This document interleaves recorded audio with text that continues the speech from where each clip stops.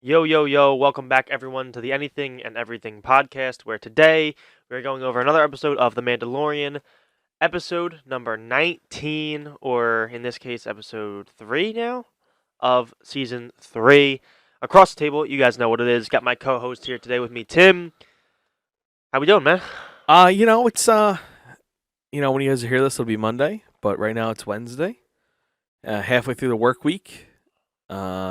Get to shoot another episode here with my best bud. Yeah. And we get to talk about chapter 19. A very Different. different chapter, I would say. We have a little bit of Mando and Bo-Katan, and we have a little bit of evil Empire Doctor and communications officer, and Very odd. view into what modern society is for former Empire.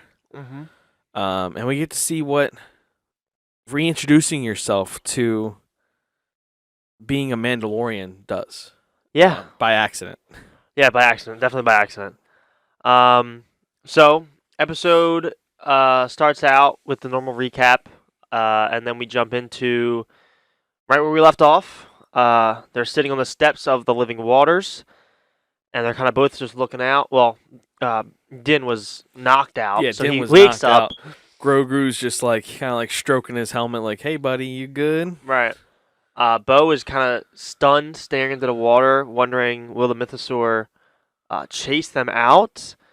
And yeah, man, it's interesting start to the episode, and finally Din does obviously awake or rise from his nice little nappy nap, and she starts to ask Yeah, him. I guess Bo-Katan asked him a couple questions, like, "Hey, what'd you see? Is anything alive? Yeah, How was your how was your mind experience?" and he kind of just brushes it off, like, "Oh no, I didn't see anything. There was nothing down there." Didn't see But nothing, she definitely saw it. Yeah, and kind of fast forwarding to the end here, I think this is why.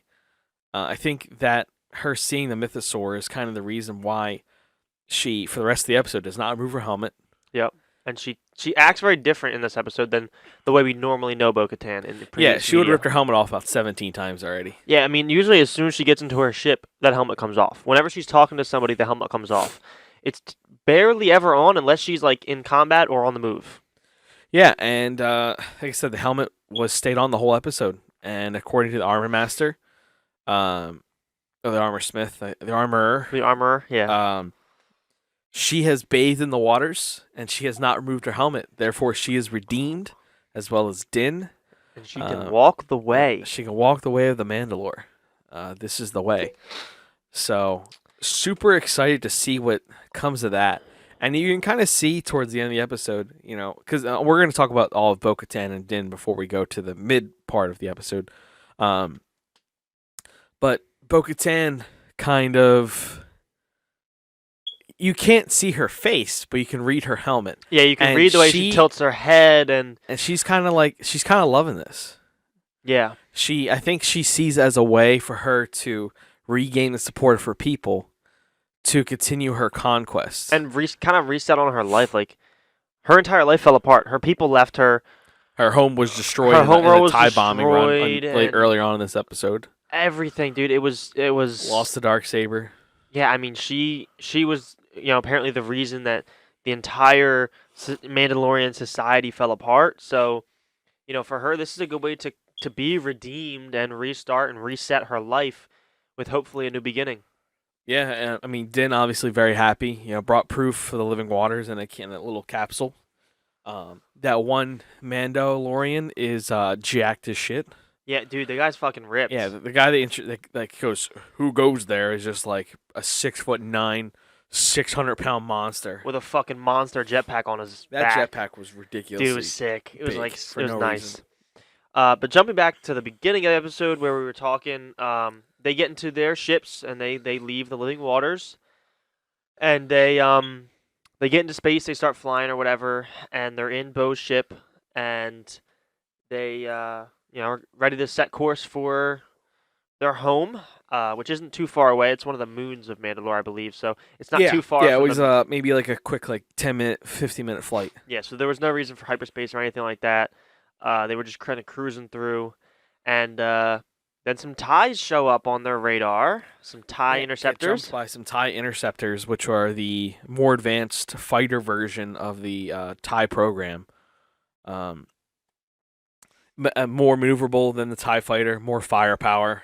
So definitely a force to be reckoned with. So these 6 TIE interceptors are dodging through the caverns, dodging through space, trying to take down Bo-Katan. And Bo-Katan does a really good job of kind of just steering them off. I mean, you're holding off 6 of the most aggressive fighters right now known to man, because the X-wing at this point is kind of outdated. Yeah, I think they've switched. Well, no, they're still using the X-wing at this point. Yeah, the X-wing is still kind of outdated, but the TIE Interceptor didn't come in until late in the war, and Yeah. that's probably one of the more advanced fighters, one of the more advanced technologies available. Yeah. But Din hops on the tail gun, knocks down one of the TIE fighters. Pretty cool little sequence there. They get through space. They re-enter the atmosphere of Bo-Katan's home base right Yep. now, and Din just jumps out of the back of the ship. Yeah, dude. And at first I was like, wait, they're just gonna like drop him on the platform, and he's wearing Beskar, so he's just gonna like tumble roll. I'm thinking they're gonna give him kind of like the invincibility thing, kind of like you give most superheroes. And that's one big critique that like Iron Man has gotten, and a lot of Marvel movies is that they don't care at all for the physics of it, like the actual physics of him like dropping out of the tower in Avengers 1 and just like getting his suit and just like blasting off straight back up. Whereas in this, it shows that physics kind of apply in the Star Wars universe. When he hits that jetpack, he hits the ground and he still tumbles and rolls. He's tumbling. Yeah, he's not. He didn't land It pretty. wasn't graceful at all. And then a rogue interceptor comes in and tries to clean up Din, knock out his ship. Too fast. But that ship's just too fast. The N1, man. Bo-Katan kind of is weaving in between the mountains, and Yeah. Mando Buying time. Din kind of comes in and cleans the squad up. While they're off in the distance, getting chased by these interceptors, 3 TIE bombers come through, do a strafing run, and just absolutely massacre her home. Yeah, and I mean, dude, they blew that shit up, and that whole sequence was shown in the trailer. Obviously didn't know when it was going to show up in the show, but great action here to start the episode. Really gets us like engaged into what's going to happen next. Also, when they're up in space before they re-enter the atmosphere, Grogu, Bo, and Bo actually invites him back for dinner, but Yeah, before they get attacked, a little grill and chill. yeah, invites him back to dinner for maybe some Netflix and uh, but Do they do it with the helmets on? I don't know, dude. They right, like you think that, right? Because like Yeah, this is at least the way, at least listen, at least the people who follow the way do. Bo probably don't. Like Bo probably gets down in there. The armor just comes off. The helmet stays on. For Din probably, but for Bo, I think it all comes off. It's like the fuzzy slippers, they stay on. Fuzzy slippers stay on. Yeah, it's just like the helmet. Yeah. So then they exchange, and she says, "But I assume you're not going to take your helmet off now since you've been redeemed." And he goes, "This is the way." She then goes, "This is the way." Kind of foreshadowing a little bit, and then Grogu gives a little, "I'm not, a little speak. There was 4 syllables there. Yeah, definitely 4 syllables. So we think he might be on the verge of talking here. I think so that would be interesting. I have 2 guesses for what that was. That could either him like actually talking, like it could just be like this is the way. His like if that's not his first 4 words or some version of dad, I don't want it. If either dad, kind of like how like in Avengers Infinity War when Groot is dying and he says dad, to when they translate when his I am Groot is actually dad when he's talking to Rocket. But if they don't give me some version of that or this is the way from Grogu as his first words, I really don't want to hear it. I just don't. But it was either him talking or sensing the Force, like sensing the TIE fighters attacking them through the Force, which I think would be really cool because like obviously he's not currently actively practicing in the Force, at least that we know of. So I think he's kind of just living and using the advantages of his 50-year-old self with the Force. But we do know that his species is generally has a higher midichlorian count, more in tune with the Force. Yeah, So, yeah, they definitely um, not necessarily always a higher midichlorian count, but we only but know of it's two so far, except for him, and they've both been significantly highly powerful. exactly. So you're kind of leaning more towards the fact that Yeah, his it's species is probably very. the highly in tune with the Force. Yeah, and actually saw a video recently that was kind of talking about Yoda's origins, and they actually think that maybe Ilum, which would eventually become Starkiller Base, is actually the home world of their species, which I think would be really cool because that's where kyber crystals grow and, well, I guess grow, sprout, crystallize. I don't know how they come about. I don't know how you get crystals like that, but so they're thinking that maybe if that species is naturally born there, that they have a higher inclination to the force, and they're more force sensitive because of it.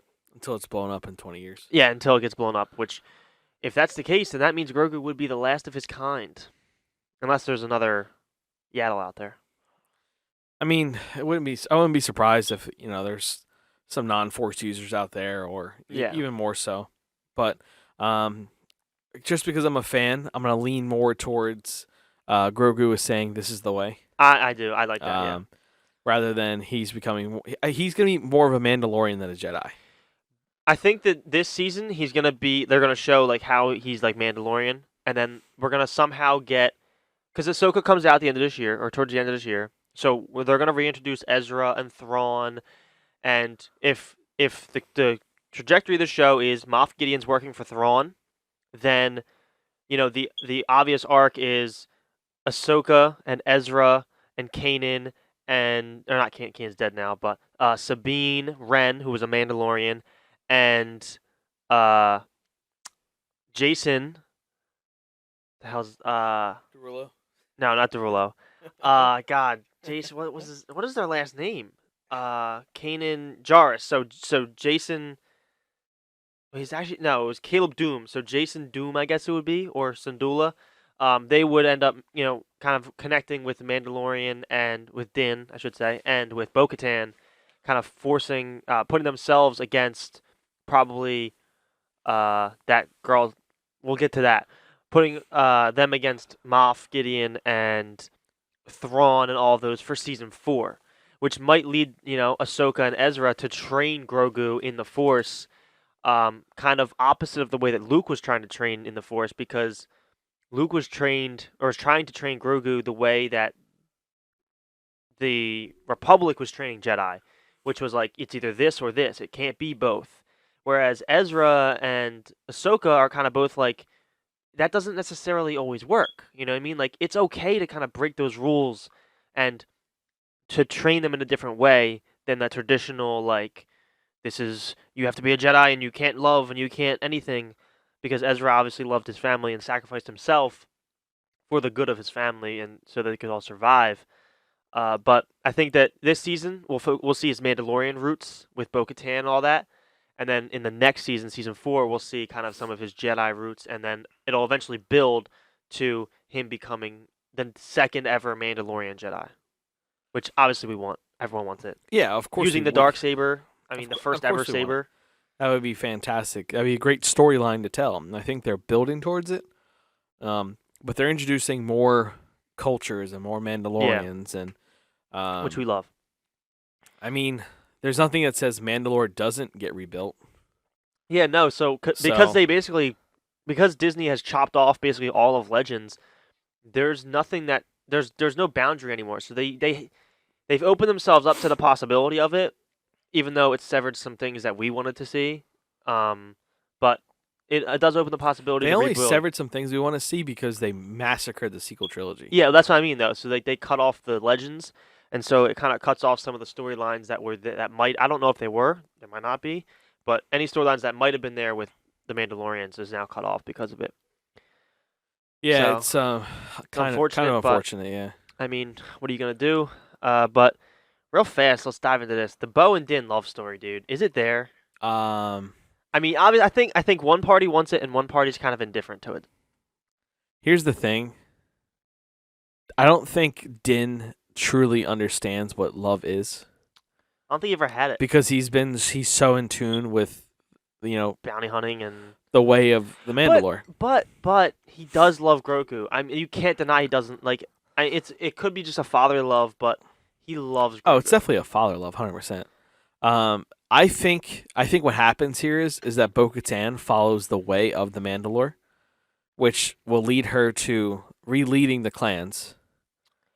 And then I think through her staying with the way of the Mandalore, Din will fall for her that way because that's what he wants. He wants to be a Mandalorian. Yeah. So bad. And he would want Well, it's because it's all he really knows, I think, too. He would want to have somebody who follows that same path. Yeah. That's why I thought him and the Armorer in season 1 were kind of like a thing. And I was like, oh, never mind, she's dead. Oh wait, season 2, she's back. Never mind. Yeah, no, I mean, and he definitely goes out of his way to please her. Who, the Armorer? The Armorer, yeah. Well, I think the Armorer is kind of the leader of that that clan. That would make sense. That's what it seems like to me. Because they all kind of listen to her. She says that water's from the living water. Guess what? It's from the living water. We have to listen to her. Yeah, I this mean, is the way. I think that's how I think it's kind of a motherly thing. I think that's how Bo-Din becomes a thing. Maybe. Little Bo-Din. I think that's how Bo-Din becomes a thing. Bo-Katan follows the way of the Mandalore. Kind of reclaims the clans, and I think Din just kind of goes, "Oh, my heart." Maybe. And there we go. He did start to fall for helmet's on. He did start to fall for that lady back on that one planet or moon. And then helmets stay on. I think helmets stay on. At that point, helmets have to. Of course. Maybe the helmets come off just because they're like the leaders. Fuck it. Helmets stay on.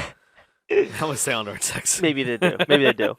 But yeah, like I said, I don't mind. I wouldn't care if that's what it went to. Like I know there's people like I was seeing people on Twitter. I mean, all week. There's definitely like a tension there. Oh, absolutely. Yeah, and it's also like I think Bo has a lot of care for Grogu as well because when Grogu shows up at her palace last episode, she's like without hesitation, she's like goes to run and like make sure Din's okay and. Yeah, know, I mean, and to give a father to Grogu, like I think there's a love there too. I mean, Bo has saved his life twice now. Yep. You know, and honestly, Bo has no reason to do so because the first time she asked she was like, "Well, now you owe me," you know, and then he repaid it. But now she didn't have to do this one. No, she saved him once by getting away from the creepy robot. First save. Yeah. Second save was pulling him out of the water. Oh, you're talking about this season? Yeah. So that's twice in one episode she saved his life when she had no reason to do so. Yeah. If anything, she has animosity towards him she for just not only let him like die and take the darksaber.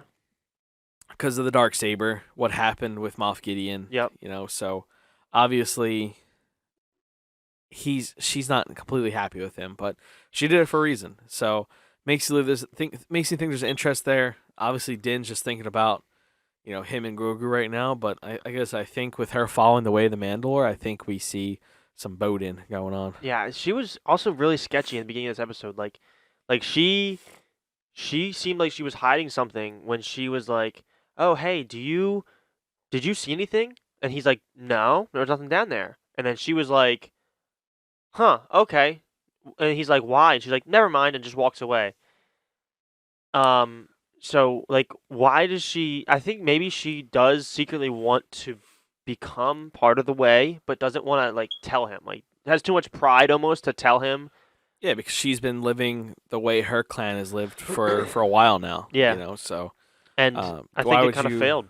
Yeah, why would you expect her to go any other way? Yeah. At this point. But I think her being accepted into another clan and the joy it probably brings Din, I think she sticks with it. Yeah, that was at the end of the episode there, that was a little shocking. I was like, okay, like I was expecting them to be like, you're redeemed, but like we're not gonna like you're not part of this clan. Like, you're the reason the planet fell. But the Armorer surprises us and lets her in and she's part of the way of Mandalore now. This is the way. This is the way. And speaking of this being the way, we are gonna head on our way to a commercial break and we'll be right back with you guys. All right, ladies and gentlemen, and we are back from our commercial break. And before we hop right back into our episode, I just want to talk about two more quick little things. Number one, if you guys have not yet, go ahead and check out our unofficial snack sponsor, Crunchies. They are our favorite chips to eat here during the pod, as well as in the pre-show when we're watching episodes. So go ahead and check them out, Eat Crunchies, or you can find them on Instagram, Eat Crunchies.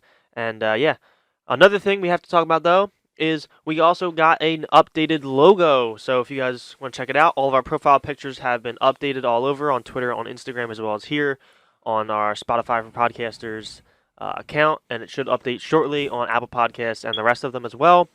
We also are going to be having new design. The new design is going to be available for purchase on clothing items. If you would like to go get that, you can check that out in the links or on our Twitter or Instagram as well.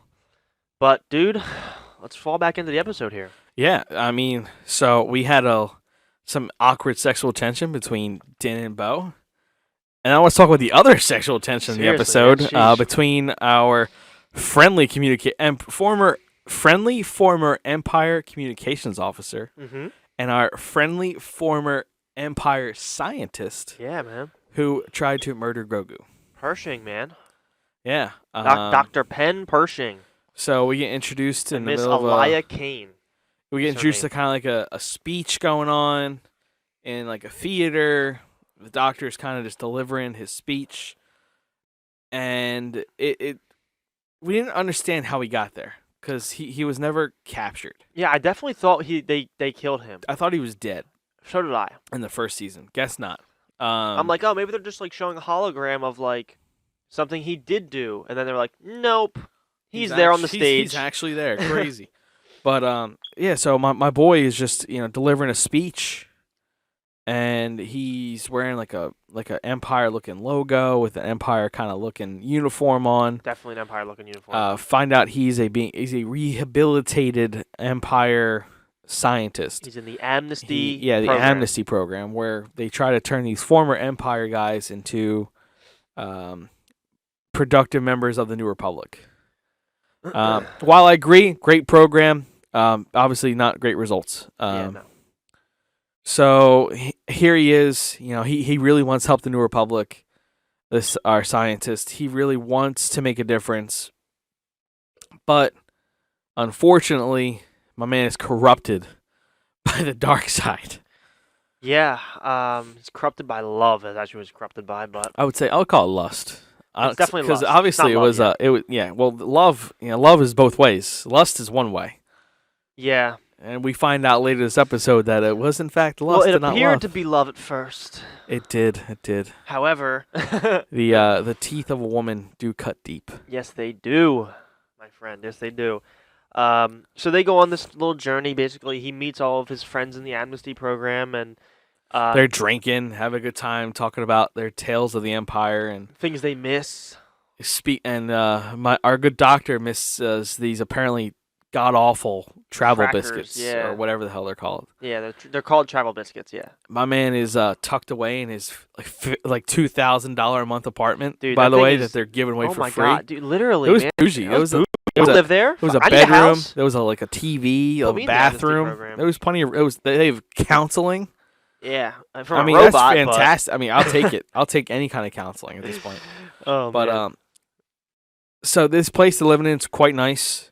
The one girl he meets that they used to exchange some pleasantries, spending time with Moff Gideon on ship. Yeah, they both worked on Moff Gideon's cruiser. He recognized her right away. He kind of immediately gets like bad vibes. He's like, I don't know about this one, Chief. I didn't think I would see anybody from that ship. Yeah, which we find out soon. We know why. Yep. But our boy, he's laying in his bed, knock on the door. Whole crate of biscuits. Whole crate. Big ass crate.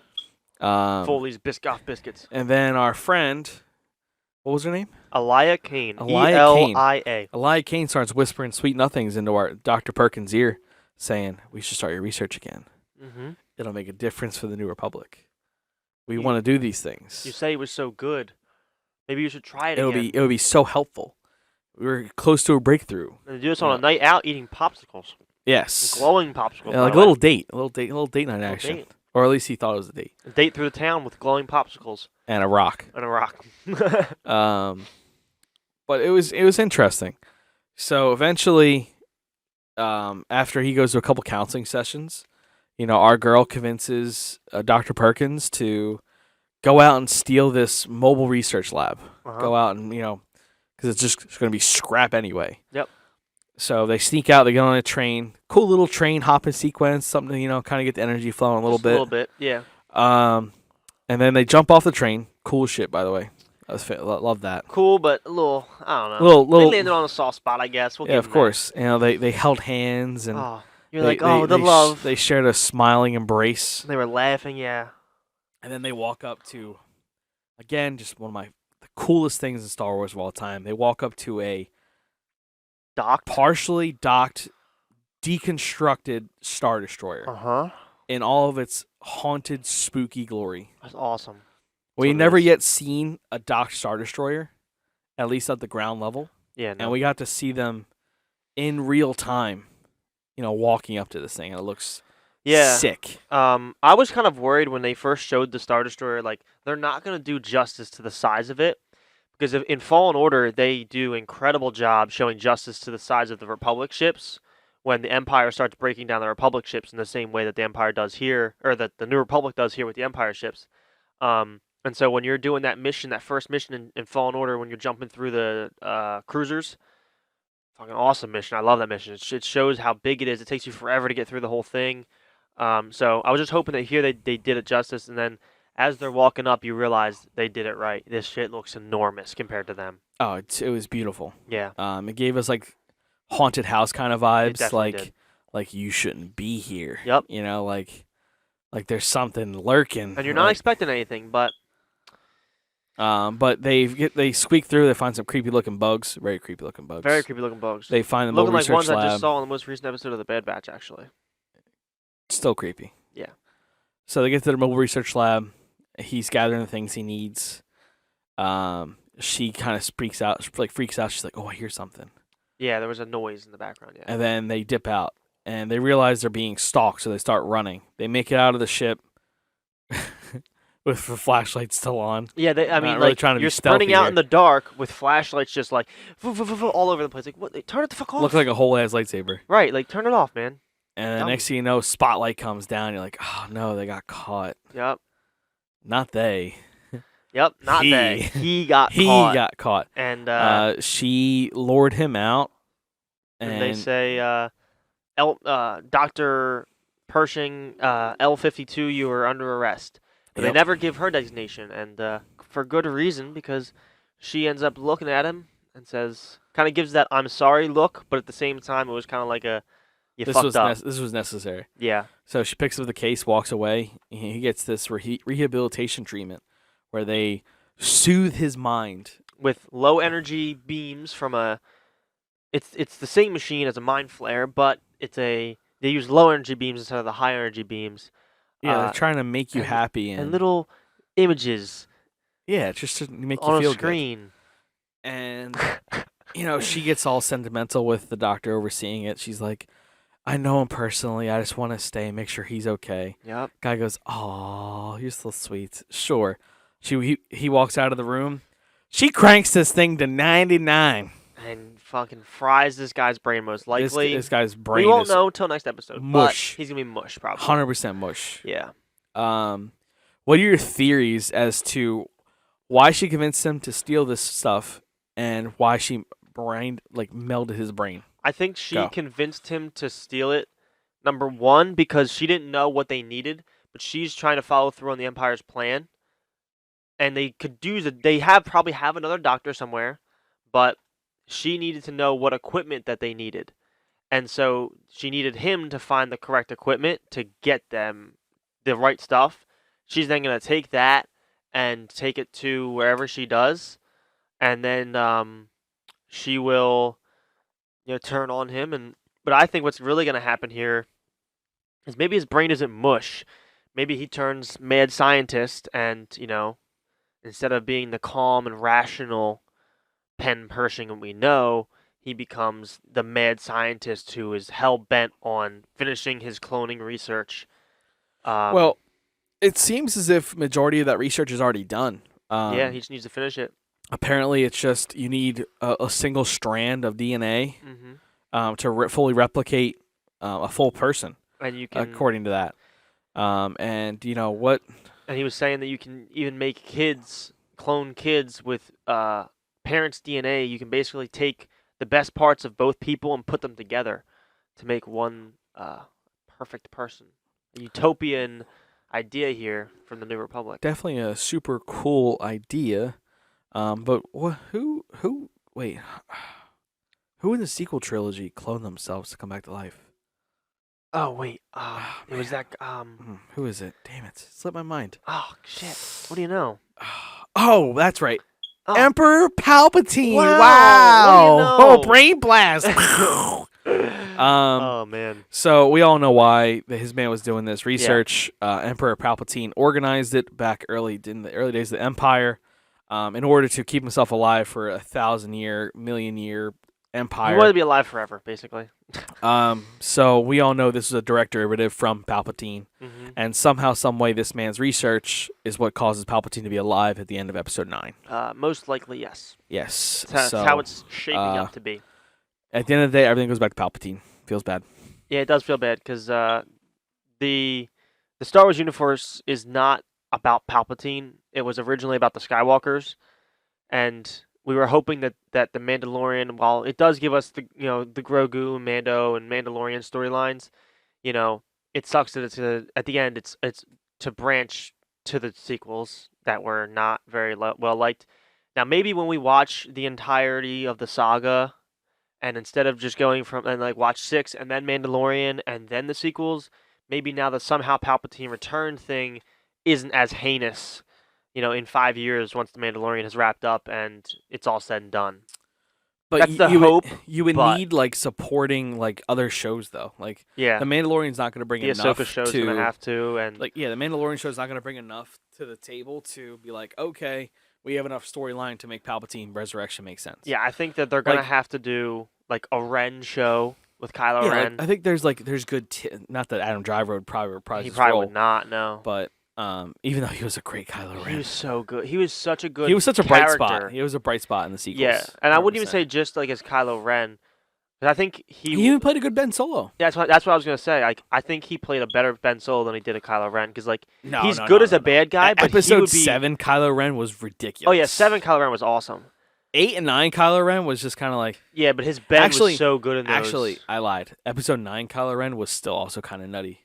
Even though somehow he lost that lightsaber duel to Rey, I still don't know how he lost that. But yeah, she fucked him up, hit him with a gut stab, and then it was The- like, I'm just gonna force heal you. and then Episode 8, that one scene in the throne room was ridiculous.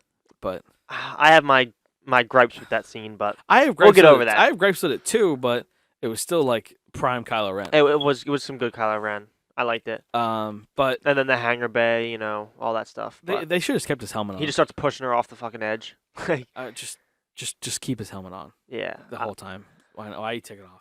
This is the way. But yeah, I think if they were to build to that storyline of like a Palpatine like being the guy, you have to, like you said, do more shows. So Mandalorian has to be about that. Ahsoka has to have a side story that builds to that, and then you need to do like a third show. Maybe it's a Ren show. Maybe it's a Snoke. Maybe it's a I don't know, any million other fucking things you can think about. Yeah, I mean, I definitely think we're building towards Maybe a Luke how show. Palpatine's come to life.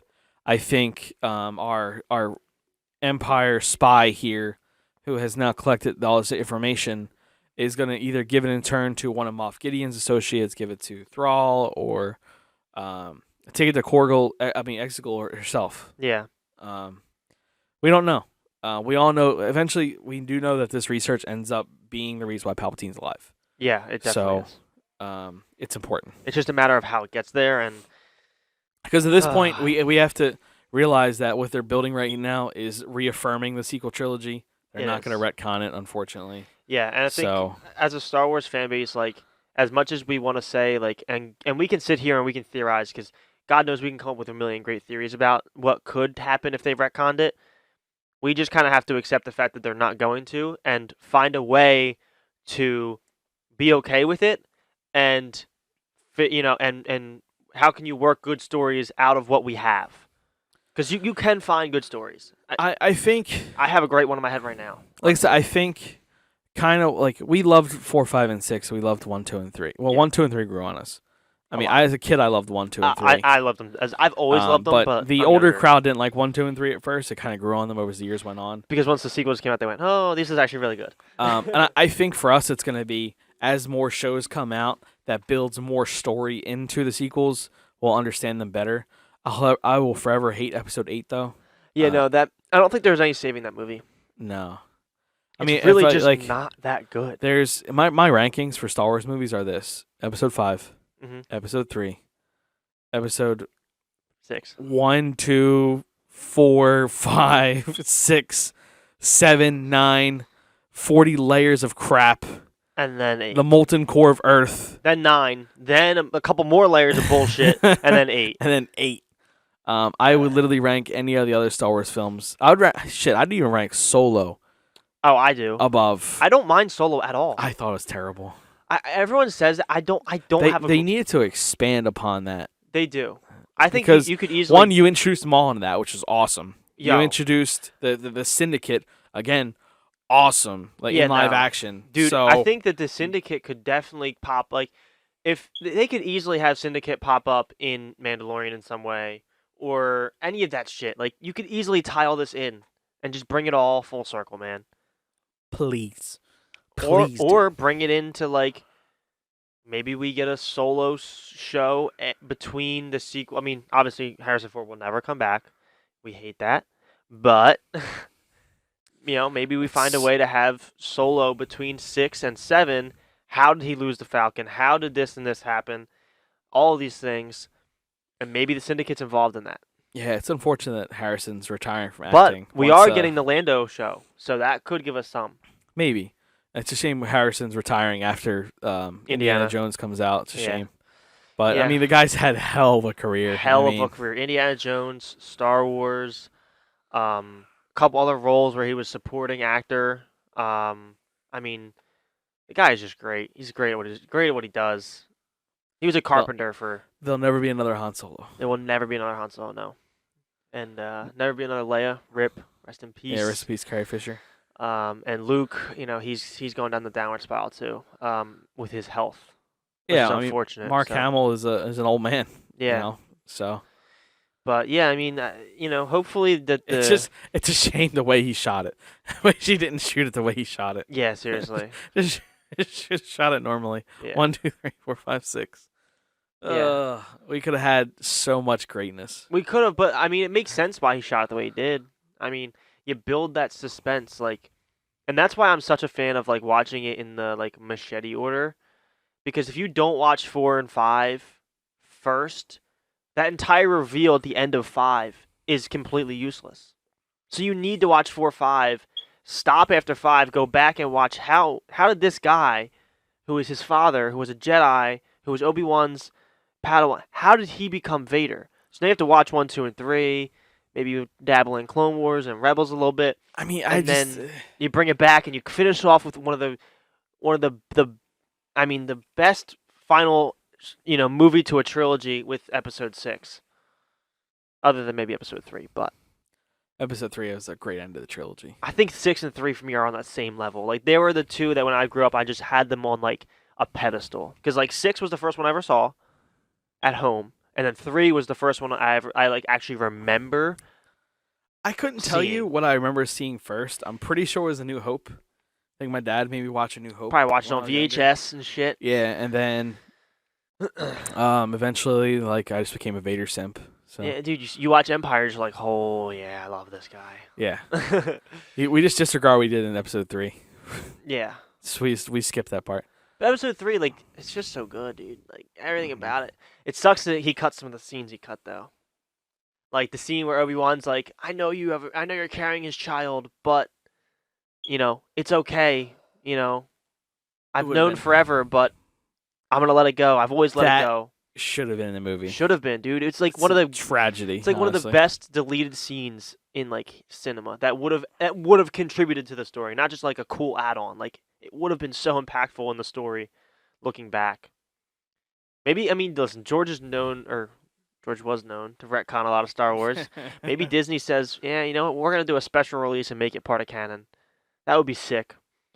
But But yeah, I mean, dude, this episode, I think it was overall, I think it was a pretty good episode. Obviously, that middle part, if you were expecting, Din Djarin action, you didn't really get a ton of it. You got a really good bit of it in the beginning, and then, a nice tense section at the end, which ended with a very nice ending.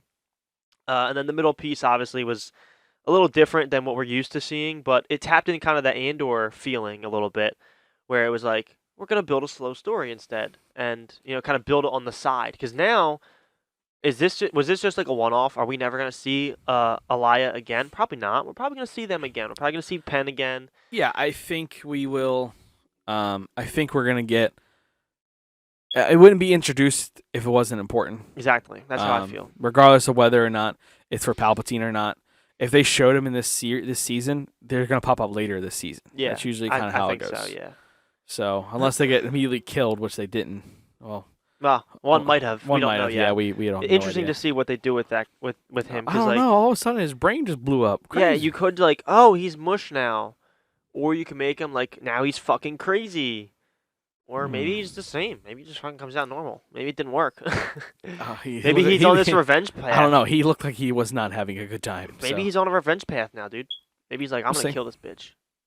All for. But I agree with your review. I think it was a great episode. Some good action. Some good storytelling. It was a good mix for me. Good overall building of the story for all Star Wars content. Yeah. For obviously the cloning piece. I was hoping for that connection for Cyril so bad. You were begging for that, dude. Because he's gonna die in Andor. I know, but it would have been a good connection.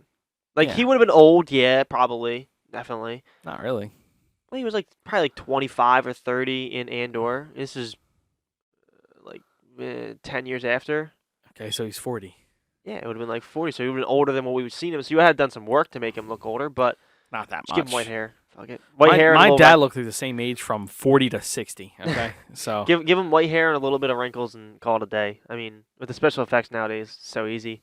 True. But it would have been cool, to see that guy eventually does have a story that drives him to the good side. So he's not always a villain. That would have been cool to see. And then in Andor, now you give him a story in Andor, how did he get here? Because right now he's not there. It would have been cool to see in the next 2 seasons or whatever season of Andor it builds there. But regardless of that, I think once Cyril truly finds the Empire, he's not going to want to be rehabilitated. He's going to want to take a blaster and finish it. Oh, he's kind of a wuss though. He's kind of a wuss. Something might change him. Deidre might have changed him. Maybe Deidre. Yeah, maybe him and Deidre. Speaking of love stories. Speaking of awkward love stories. Did they kiss? I can't remember. They did not kiss. Okay, thank God. I couldn't remember. They were about to, and then they were like, cut. They cut to the next scene. I was like, thank God. I guarantee they filmed that scene, and they were like, no, it doesn't work. They're like, what are we doing here? All right, cut. Put the lotion away. All right, stop this. Stop this. Oh, shit. Close the browser. Now, Bo and Din.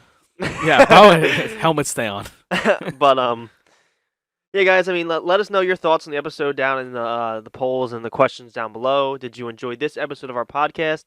And if you did, and you want to see more of our content, go ahead. We do now have a YouTube page where we're uploading all of these. So if it's a little more accessible for you to watch it there, go ahead and do that.